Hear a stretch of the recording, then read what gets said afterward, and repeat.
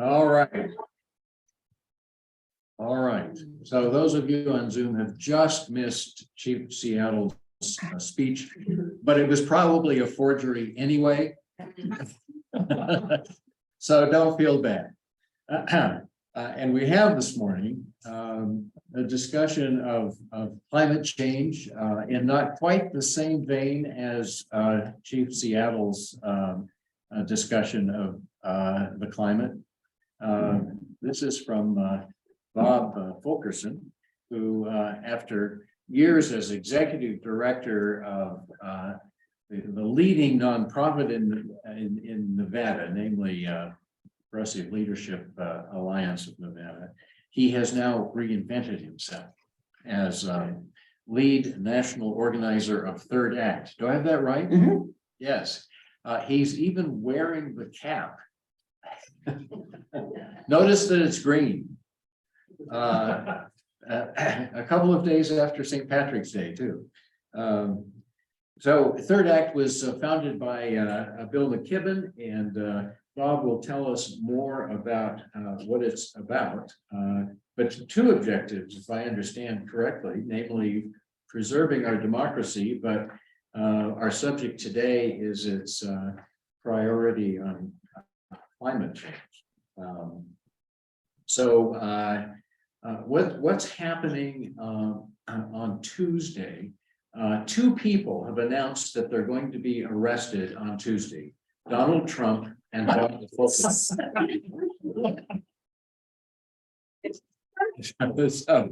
So Bob, we're not going to talk about the first one, but Bob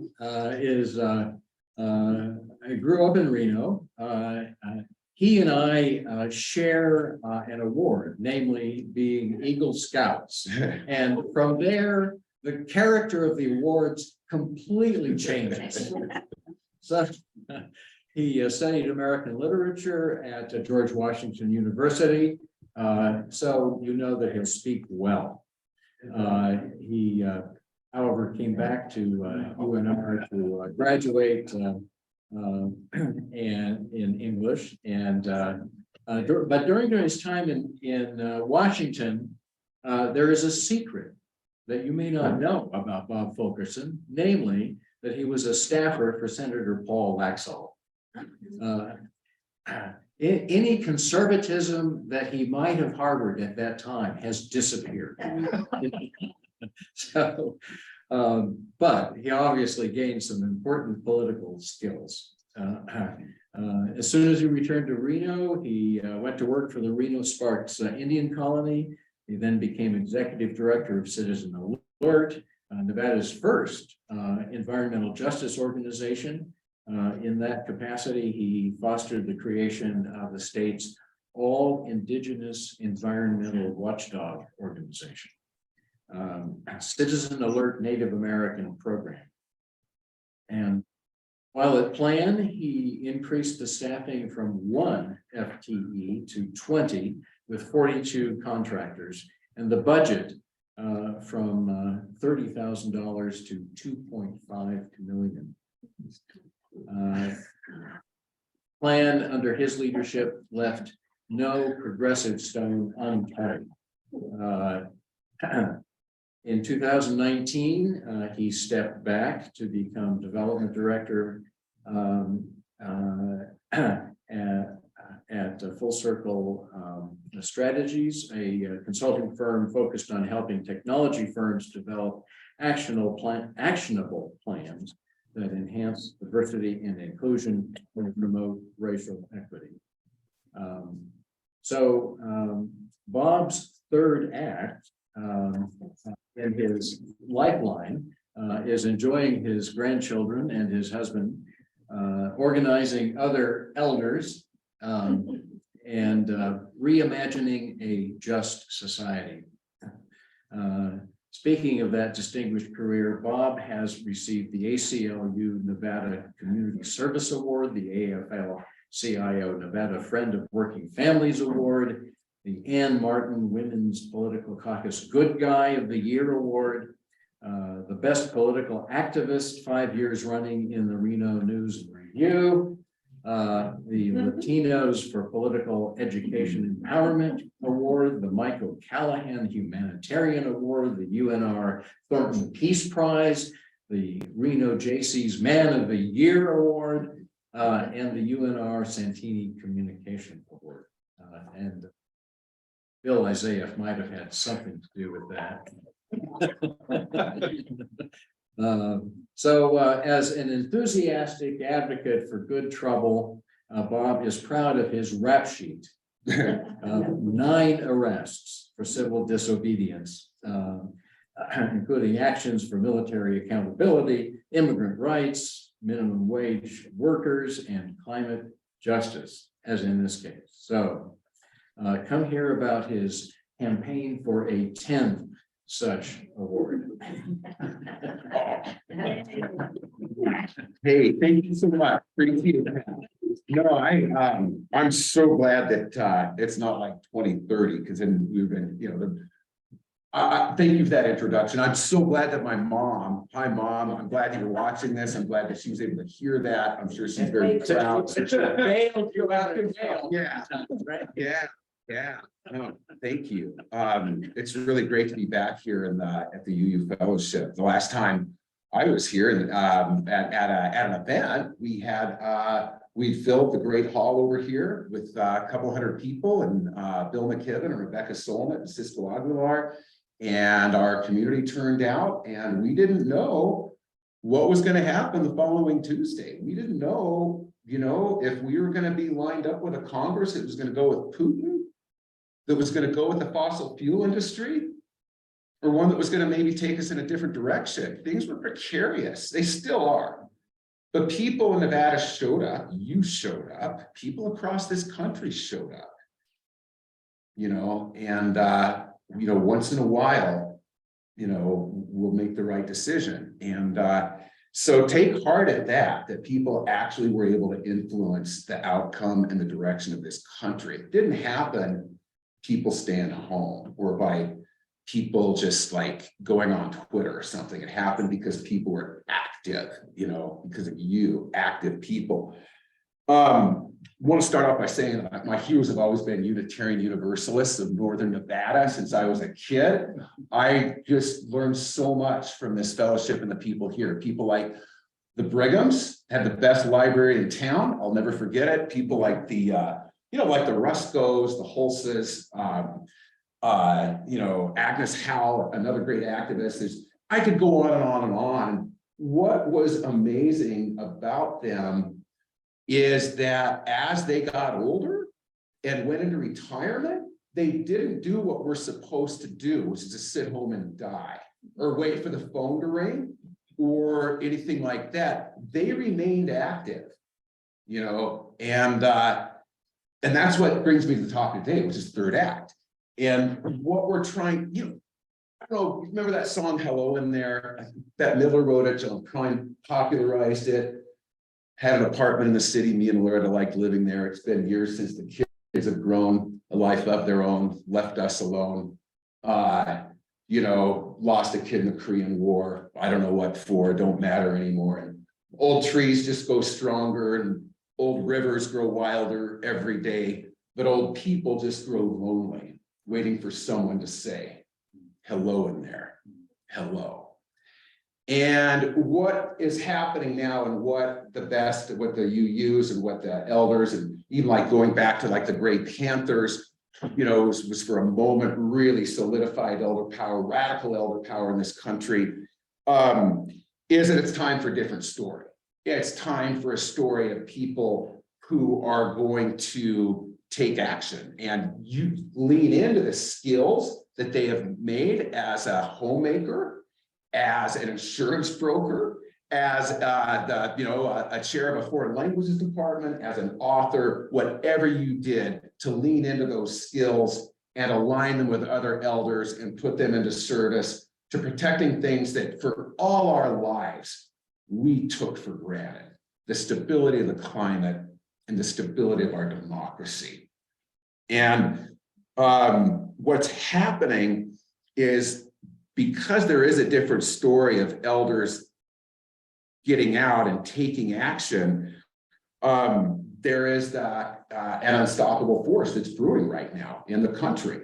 I mean, there are over 10,000 people per day who turn 62. Our population is bigger than the size of France. We have 70% of the assets in this country, the boomers and the silent generation. That equates to power in this country. We also vote. We vote. There's this myth that we also become more conservative as we go older. It's not really happening as much anymore. Problem is we're not organized, you know, and there's not, in fact, not only we're not organized, but I tell you, studying, you know, I know there's a lot of misogyny in our culture, you know, but your old women are freaking might as well disappear, you know, and so one thing our culture kind of dismisses more than women is old women, right? And in third act and throughout other movements, older women are really stepping up and stepping in and leading and finding out that those skills and that passion for protecting the mother, protecting Mother Earth and protecting kids is an unstoppable force. Problem is our culture wants to say, no, you don't matter. So get back in your house and shut up because we don't like wrinkles. We don't like your hands, blah, blah, blah. B, whatever you do is going to be insignificant anyway. You know, it's too late. It's too late. It's all gone to hell. And then here's 10 reasons why. And boy, the left loves to do that too, you know. So what we're trying to do is something a little bit differently. We're trying to lead with kindness. We're really trying to bring people in by leading with kindness, trying to bring people in by having them create working groups on their own. So there's like Third Act Nevada. There are also different affinity groups. So tomorrow night, Sunday or Monday, there is a solidarity service that's being given by our Third Act Faith group. And it's a interdenominational group of faiths across the board, all over the United States. Big Unitarian involvement, Presbyterian, primarily ecumenical, but other religions as well. There's also Third Act Labor. These are retired union members. The former head of the political department of AFL-CIO and former assistant to the Teamsters.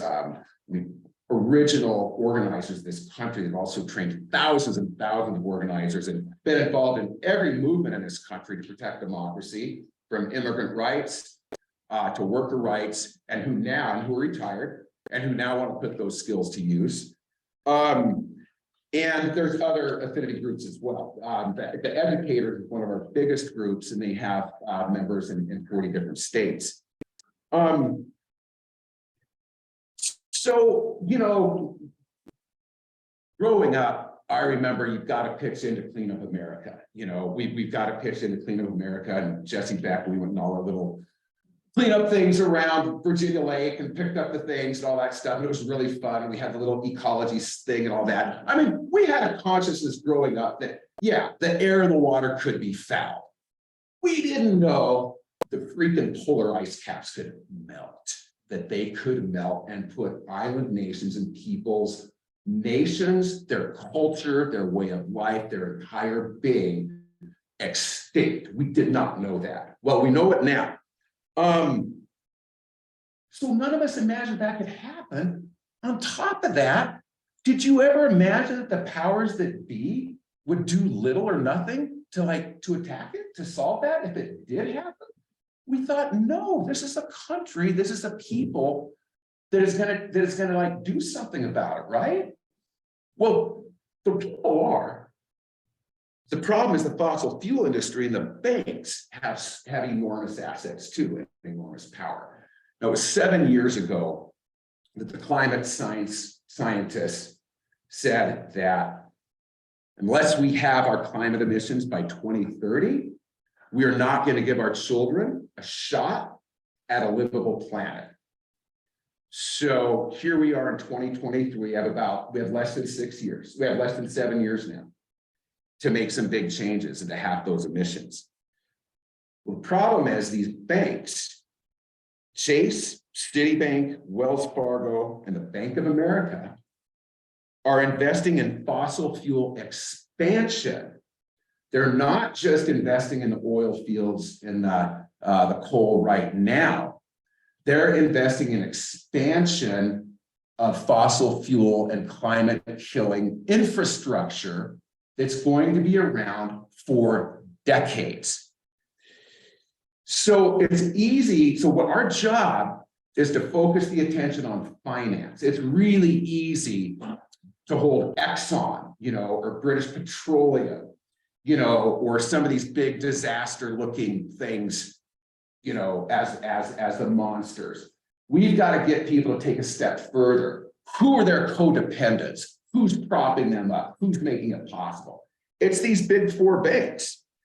And what we're asking them to do, and this is really important, particularly to the workers in the fossil fuel industry, we're not asking the banks to pull out their money right now from everything, from all the fossil fuel infrastructure right now.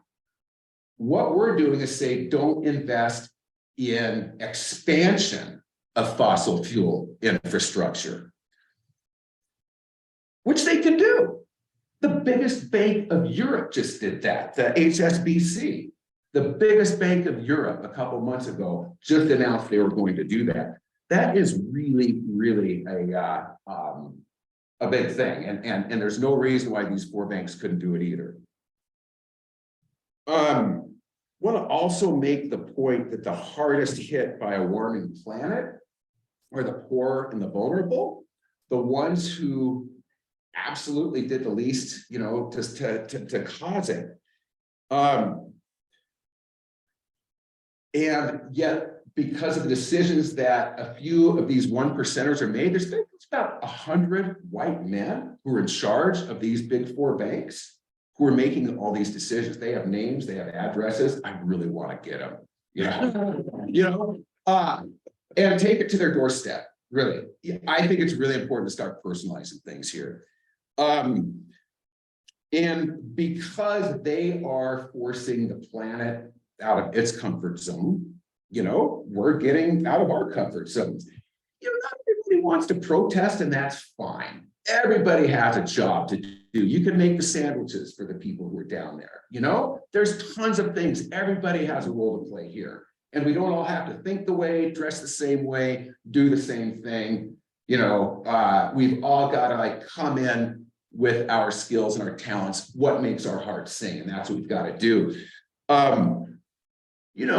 I am on the more radical side. I really believe that, I putting my body between the gears of this system, and you mentioned I'd gotten arrested 9 times, actually 10 times, but the first time I was 17, and it was for something I was not very proud of, and I ended up at Wittenberg Hall. Anyway, but that happened. So, just in all honesty, and You were just practicing. yeah, exactly. That's right. I'm not going to get arrested this Tuesday, though. I've talked it over with some folks in our group, and they asked me not to. They actually asked me not to. They thought that it might, and the other people who were considering it, they thought it might deflect from the whole thing. And so I considered that, and I had to do some reflection on that because frankly, I didn't agree, I had to figure out, okay, it's not about me. It's not about me and what I want to do in my, next time, baloney, whatever. So I've decided, so there's not going to be any arrests in Reno on Tuesday. Hopefully one day there will be. In fact, there will be. In Washington, D.C., though, on Tuesday, they have the rocking chair rebellion. They've been collecting rocking chairs. The whole third act people from D.C., Maryland, and Virginia are getting together. There's a place in downtown Washington, D.C., where all 4 banks are. They have 50 rocking chairs over the weekend. They painted them in bright, vibrant colors. And on Tuesday at noon, Bill McKibben and 49 other leaders are going to be in these 50 rocking chairs blocking the entrance to Chase Bank. And there will be other actions, you know, similar actions all over the country. So I'm really excited about that. And the group here in Nevada, the Third Act Nevada, couldn't be more proud of them. There are elders here that have some who've never been involved, some who have been involved for a long time, and they planned a really great action downtown Reno, 12 o'clock, Pounding Park. Steve Funk's going to play. I don't know if you've heard him play. It's awesome stuff. Love him. There will be some great art. Yesterday over at Plan, we had an intergenerational art build. We had people, the Third Act Nevada group organized kids from as young as 13, our oldest person there, Terry Wooden, I think she's 88. And it was delightful. It was great. And at these art builds, things like these are being made, really trying to put it out there. So you can like wear these if you want on your vest if you want. If you're coming Tuesday, feel free to take one and wear it. Thirdact.org, that's my last thing. Go to thirdact.org and sign up. Sign up to come to the action. There's also a place if you'd like to sign up for the Nevada Working Group.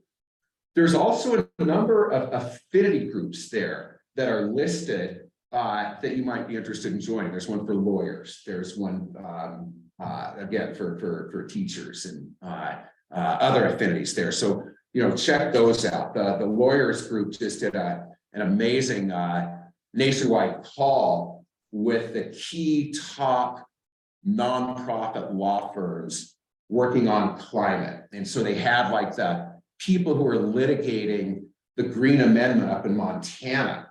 We have a similar Green Amendment here that I know you're aware of, because you've been following that, people here are aware of, that would guarantee people the right to a healthy climate environment, which is sacrilege in Nevada because, you know, we have money to make.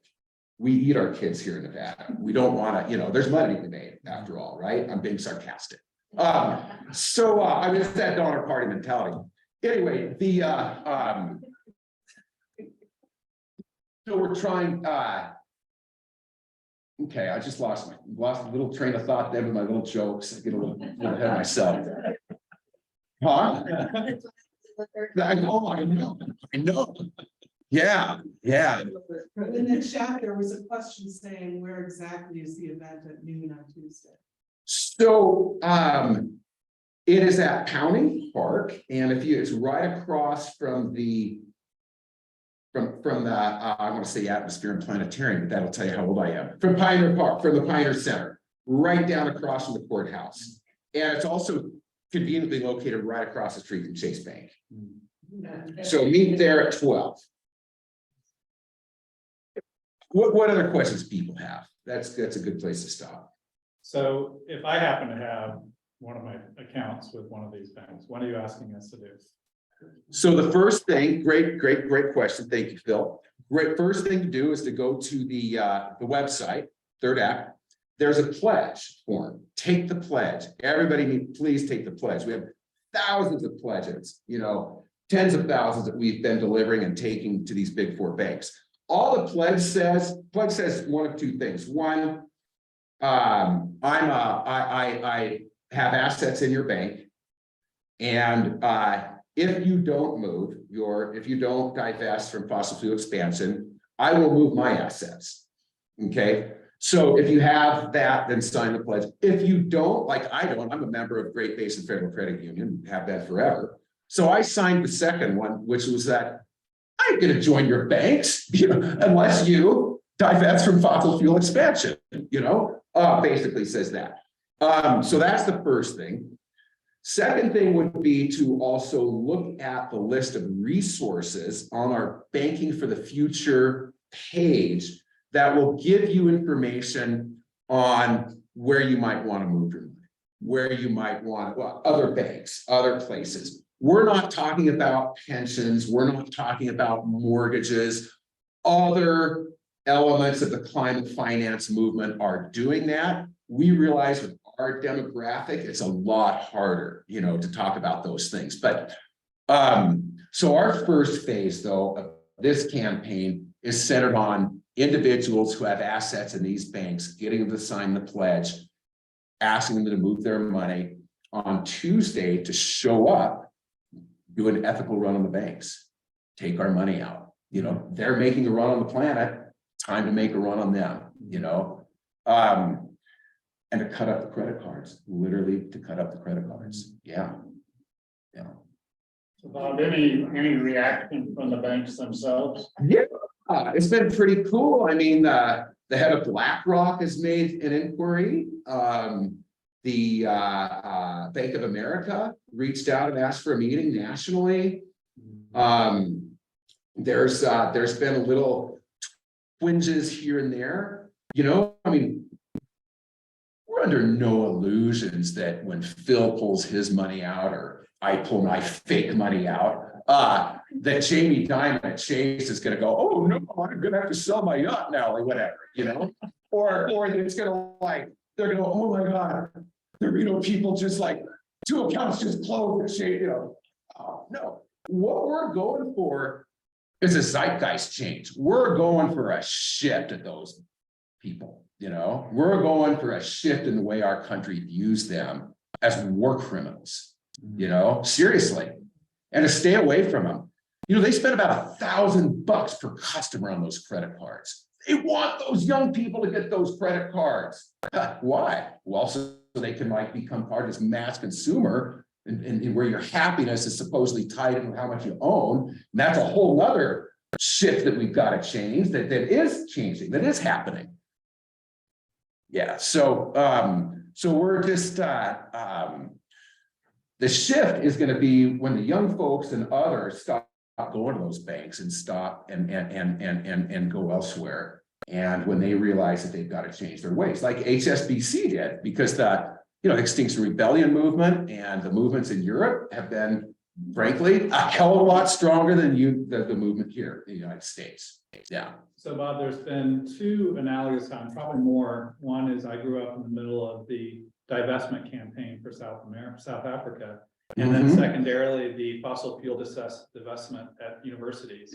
Would you say that those gave us a successful example? Well, absolutely. It's working. No, I mean, Bill McKibben, when we were first talking about this campaign like 18 months ago, you know, they talked with, I mean, it was, I think Tutu was, they were still, people were still alive who ran that campaign. And we talked to them and got, you know, how did it work? What were the key elements? So absolutely. And there's a great record that we have to lean on of climate finance. And now that, you know, you look and see when Jim Hansen, you know, the political system is paralyzed. And so we want to look at climate finance. So when did Jim Hansen testify before the Congress? Was it 80s, right? Yeah, early 80s. Said you better do something. Well, Congress finally did something like 2 days ago with Build Back Better and IRA. So from early 80s to 20, something like 40 years. All right. We don't have that. We got 7 years. So that's why we were looking at the climate finance. We have a lot more leverage there. Second, and then once we do the individual campaign, like against Chase, have the individuals withdraw their money, and we have that up and running, and a lot of that. Then we go to the institutional side. That's phase 2, where we're going to go to the state treasurers. I'm really glad that Zach Conine divested from guns. We're not spending like $7 million a year anymore on investing in guns. That's awesome. We have a hell of a lot in fossil fuels. You know, I'd like to have a discussion about that now. The University of Nevada, Costco, these other major institutions that are having investments in these banks and in the fossil fuel expansion. That's the next target. That's what we go after next. So, I'm sorry. Also the state level stuff. So Congress, no. Finance, yes. And then state level, state and local level, that's where things are happening. Really a lot is happening. And the opportunities for people to get involved are enormous. So Bob, is there a distinction to be made between stock investment in these banks and deposits? I'm sure there is, but I'm not smart enough to do that. I see, Okay. No, but being an English major, I can guess my way through it if you like. Well, you see, Doc, now your stock investment. No. Yeah, I don't know. But you're just asking for the deposits. not Yeah. The investments at this time. And oh, thank you. Yes, thank you so much. Interpretation. Yeah, we're not asking for stocks. We're not asking for disinvestment in that. We're just asking for the assets in the bank accounts, the deposits. But wouldn't stock investments be more important? Yeah, definitely. And if you, that'd be great. Yeah, yeah, absolutely. Yeah. A little more complicated. Yeah. Taking money out, because, all those mutual funds have a variety of investments. Try to find a mutual fund that doesn't have one of those 4 banks. I'm gonna try. There's some really good investment people and organizations. I mean, some dynamite ones that we have listed on our website that could give they can't give financial advice, but they can give you some parameters and other places where to go on that. So, Okay, so yeah. go to the website, Yeah. thirdact.org. Yeah. Got it. Yeah. Other questions here? What do you have in the chat box there, Maylee? Mary? She's looking. Oh, she's looking. How will you measure a successful event? I love that question. There's so many ways we could do it. There are so many ways. I'll tell you one way we're not going to measure it. Did the banks disinvest on Wednesday? The way I like to measure is how many people showed up for the first time. How many people were there for the first time? Let me tell you about somebody that I work with, a woman named Lonnie Ritter Hall. She's 78. She's a retired school teacher from Northeast Ohio. I know that because I asked her about Palestine, and that was on the opposite side of the state from her. Anyway, so she is part of our Third Act educators, and she lost her husband about 18 months ago. And, Roe had come down. She was seeing things unravel. She was at home, a lot. She'd never been an activist before. She signed up at Third Act, and she signed up saying she wanted to be part of this educators group. And she's now the co-facilitator, and she runs these meetings of hundreds of people. And on Tuesday, she's going to be out there with her town in Ohio protesting. It's her very first protest in her life. She's never done it before, and like in Reno, now there's going to be a young person named Jasper, whose grandmother I protested with in the 80s. Jasper is going to be speaking. Jasper has never been to a protest before. Jasper's been to a protest before, I'm sure, because of their grandmother, but probably never spoken. I measure success when new people come and they discover their agency. To me, as an organizer, that's my favorite thing. Girls in white dresses and blue satin sashes. I have a lot of favorite things, but for me, new people discovering their agency, that's my favorite. Can you promise to sing that song? Oh, I love that. Absolutely. You got right after I sing hello in there. So that's one way to measure success. Another way would be, and would be the infrastructure that we have left in these places. There's actions happening at about 100 places across the country, and some are really, really big. Some will be a few people. And one way to measure success is in those places, no matter how big or how small, how will Third Act be able to come in there and harness the energy that's been created, and then build that to move to escalate in 2024 and 2025. That is going to be a huge part of, and then, of how we measure our success. What other ways could we measure success by, do you think? I'd love to hear some ideas, or whoever posed the question would be great. I kind of want to turn around and look. Hi, oh, hi, Mom.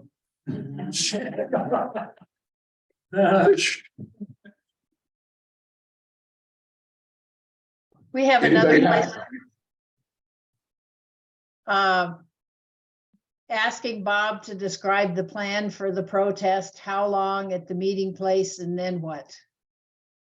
Yeah, great question. Thank you for that. So as it stands now, it looks like there's not snow, but there might be snow. We don't know. I mean, after all, it's Reno. It's the first day of spring. Who knows, you know? So it looks, if it is snowing, things are going to be a little bit quicker than what we bargained for. But what you can expect is to, you know, right around 12 or a little after, I know somebody will open it up, and there'll be a prayer by a local indigenous person to bless the land and bless our proceedings. We are on Washoe, Paiute, and Western Shoshone land. There will also be then after that, hopefully Steve Funk and his band will sing, not, you know, one of their songs maybe, or something like that. Then we'll have maybe a couple young people. So it's just a very brief ceremony, a very brief thing there at Pounding Park. It's really small. Love to do there. I did some research on Christopher Columbus Pounding, by the way. Fascinating Reno reformer, youngest editor ever, the Reno Gazette Journal. Anyway, so Pounding Park, a cool place. Then after that, we're going to walk or march to Chase and Wells Fargo, or Wells Fargo and Chase. I'm not sure which first. I don't want to mix it up because I'll get in trouble. So no, but we gotta. So one of those banks we'll go to, and at each one of those banks, there will be people, self-selected group, who will go in and speak to the manager. Want to speak to the manager about your divestment in fossil fuels. They will probably talk, and then there will be a discussion there. Those discussions are not meant to be fractious, but just like, here's who we are, here's why we're here, here's our materials, and we'll be back.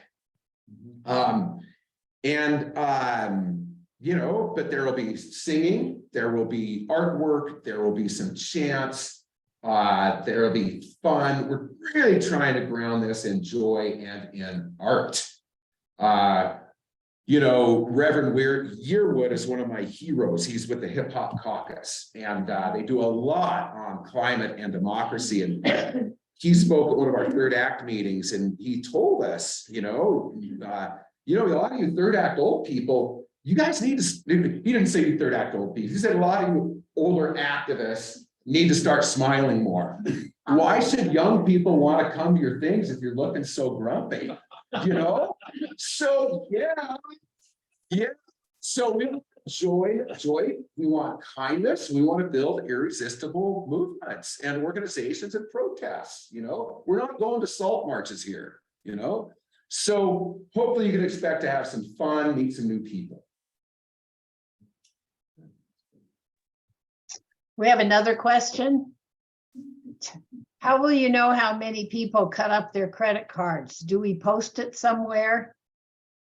Yeah, well, so, let me tell you, little secret, organizing is smoke and mirrors, we don't want to tell the banks that X number cut up their credit cards when we want them to think that X number did, right? So we're not going to post the number of people who cut their credit cards. It'll be in the thousands.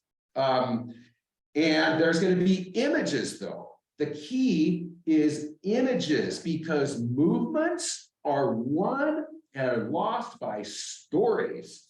Stories are told with images. And so that's what we're looking for right now. That's why I don't care if 10 people come or 100 people come. Actually, I do care. But I'm not going to say, oh, you organizers only got 10 people there. This one got 100, so theirs is better. It doesn't work that way, The images, what happens, the energy that comes out of that, the stories that can come out of a 10-person action can move even more mountains sometimes than one for with many times that many people. So the images that we capture, like, you know, there's the widow, I shouldn't call her the widow, she has her own identity. I don't know what her name is though. Her Mrs. Peter Benchley's wife. Peter Benchley wrote Jaws. He regretted that the rest of his life because it caused this phobia of sharks that he really loved. He loved the sea. Anyway, his wife is still scuba diving in her 80s and in Florida. And she is cutting up her credit card underwater, scuba diving next to an endangered coral reef. There's an ice climber in Utah, Colorado, who's one of the most famous ice climbers in the world, I guess. She is in her late 70s. She's still climbing. She's going to cut up her credit card on an ice climb. And then there's people who are going like Rebecca Solnit, you know, other people are going to where there have been these enormous forest fires that the banks are causing. And they're going to cut up their credit cards there. So images like that are also really key. Is someone bringing big scissors? I don't know. That's a good question. Yeah, would love to see that. There weren't any being constructed at the art build that I saw yesterday, but boy, that would sure be nice because there's a whole bunch of them all over the country that are being made. Yeah, that'd be great. But make some and bring them. They're great. Yeah. So I don't know if any of you are around for another art project. I remember back in the 80s when we did this thing called Ground Zero Week. It was in 1982, and it was at Citizen Alert. And we met up at Du Grenay, Reno's first coffee house, the first non-smoking restaurant in the whole state. And anyway, but we met up there at like 5 a.m. to be part of this nationwide art project that was going to demonstrate what happens when the bomb dropped. And there would just be these images of silhouettes of bodies all over the pavement. And so what we did is we got up early and we put these bodies and put these silhouettes all over Reno with these signs saying, you know, this is the day after it happened. Here's the aftermath.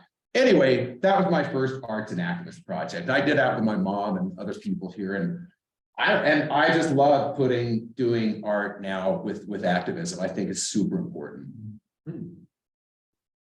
Bob, do you think you'll get good media coverage? I don't know about here in Reno because it's going to be tough. You know, the TVs now with Sinclair Broadcasting owning them, it's really hard. Geez, back in Citizen Alert days, we could get on all 3 channels if we wanted to. You know, now it's like, you know, in one day, it's tough. Nationwide, there's been some great press it's been great press nationally. You know, what we really want to do though, is get that local coverage. That's really where the stories change. And there's been, I mean, you know, Susan Chandler and her grandson wrote a beautiful op-ed that was just in the Reno Gazette-Journal. There's been other, you know, op-eds and things like that have been placed, but you know, we'll see. I mean, the lead up so far has been really good. I mean, the Guardian and the Times, the Post, there's been some pretty good, you know, articles. I've been really surprised, to tell you the truth, because, you know, the pundits hate protest. You look at the Nevada Indy, frankly, they don't think a protest movement exists practically, or they think that, or a lot of people, you know, the grown-up media feels that oh, it was Paul Laxalt who ended the MX, you know. No, it was Abby Johnson and the people who created the No MX Coalition, like Bill Rossi, the Western Shoshone chief who worked on that forever. But those stories of those people aren't told as much, and it's our job now to make sure that those stories do get told, because they will invigorate others to come on and say, yeah, you know, those folks made a change. I can too. You know, it's happened before, you know.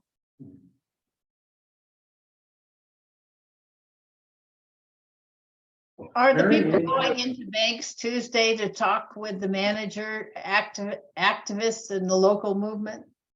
Yes, we are. And yeah, we are. And we'll be going into a couple of those. We've let them know we're coming. So they, it's not going to be a big surprise. And if you have an account at those banks, especially, it'd be great if you could come in there and talk to them with us. Yeah. Yeah. So thanks for that question. They'll talk a lot about net zero. That's what they're going to talk about. We're getting to net zero. Yeah. And our local Wells Fargo, there's a local Wells Fargo guy here that's in the paper every once in a while. I can't remember his name. He seems like a really decent human being, that's the problem, No horns. Right. Anyway, but they all, and he writes, oh, we're net zero and we love this planet. We have kids here and we're gonna do all we can to protect this earth because at Wells Fargo, we support everybody and everybody's chance to thrive on our planet. And that's why we support net zero. What? So it's just, Bill McKibben calls it going from, they went from climate denial to climate pretend because it really does nothing. They're still investing in the expansion of fossil fuel infrastructure. Yes. Hey, good, my first time, good information. Thanks for letting me listen up. Powerful statement from the gentleman, you're right. I think you get much greater dividends plowing through Merrill than B of A and the local branch manager. They have no power. Yeah. I know these guys. They don't Yeah. get any- Yeah. But to your last point, what grade do you give A through F? What grade do you give our president on his last annual and sort of last few months, his moves on climate change to support that? Mhm. And Gavin next door, because he got 40 million people, right? Yeah. So when you look at his half a dozen moves, what grade do you give him and where are your investments going on those two moves? Wow. Well, I would say up until Monday, probably a B, and now it's a D. I'm sorry, but the Willow Project, there's no reason for that. There's no reason for that Willow Project, and it's going to devastate Alaska. And so that was just a real unforced error. There's just no reason for that. You ever focus on the growing use of coal? The 60 power plants coming in China, the coal, they got the rails built. Yeah, I mean, they're not part of the Paris, right? right. We're not seeing great effectiveness there. And then Gavin extended the new plant in San Francisco in 1935. We've got new plants coming on. Of course, they don't put climate in the sky, but most of the left is anti-nuke, right? Mhm. Not France or Ukraine. We just funded half their GDP Mhm. through with a credit card. Right. national credit card. I know you're focused on credit cards. People that run those balances, they're not gonna have the voice and the power that this man has. Mhm. The investors of Merrill, which is owned by Brian Whitehead, he's still selling 30 million a year, Yeah. and then you left out the board of directors because that's where the policies get shaped. Talking to the branch manager, God bless, but the board of directors got power. Yeah. And these guys, these guys aren't in Section 8 housing. These guys got wealth. Right. Yeah. Yeah. You go into that now. How deep does your vision go into those arenas? Yeah. Well, I mean, the idea is it's not just like going into this local branch manager here. It's like branch managers all over the country, at different locations in a crescendo of not just one day, but stuff that's been happening over and over and over again. It's not just like a one-off here in You Reno. got to talk to the right policy. Okay. Yeah. Totally on I with that. haven't heard you focus on those guys. Okay. Have you considered that? Considered what? Talking to people that can affect policy. Because the branch manager, he's just paying, right? He's paying on. He's got mortgage, wife and kids. So no, our audience is not the branch manager. Our audience isn't the board of directors. Our audience are people in this country who want to shift our view of how we view these banks as these protectors of our finances and our wealth to climate criminals. And we should be withdrawing our money. And that And to tear down their brand so that people go elsewhere, so that then they will make the decision. So then they'll make the decisions, themselves to divest. I was just drawing the distinction that the wisdom and the depth of this gentleman's comments, what the board of directors can do with policy changes. And the real, should we say, the real redistribution of the wealth that seemed to be left out. And I just wonder if there's anybody in your group that. But that's all. So this first phase, so we can't do everything all at once.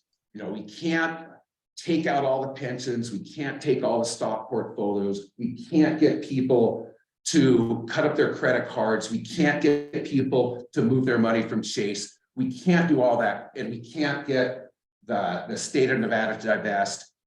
We can't get the city of Reno to divest. All that stuff isn't going to happen all at once. So what's the strategy? Well, let's sequence it out for you. All right. So the first step in the sequence is what I talked about. The second sequence, what you're talking about. Okay. Okay. Great. But the objective is to change bank behavior. Absolutely. Yeah, you're right. And there is a strategy to do that. And I would say that the climate finance movement is really strong and really smart on this. Really smart. They've got some brilliant thinkers and strategists on this. Is there a Monday night lead up event? Yes, thank you so much for asking. Actually, I'm going to be have a small part in it, Mom. So be sure to sign up. Go to thirdact.org and look under events, and you can sign up. It's called the Solidarity Service of Solidarity, and it's going to be tomorrow 5 o'clock online. Yeah, to Zoom. Hundreds of so people will be participating all across the country. Yeah, and hope you can make it. There's other events you can sign up for there too. But that's a good question. Oh, we still have 5 minutes. Actually, it's 10 o'clock. I have a couple more questions here. All right. Will you share what you intended to do to get arrested? I thought you said you weren't going to, but someone's asking. Oh, thank you for that. Yeah, no, we were just gonna go in and not leave. Yeah, just basically go into the bank lobby and do some, we had a song all ready to go.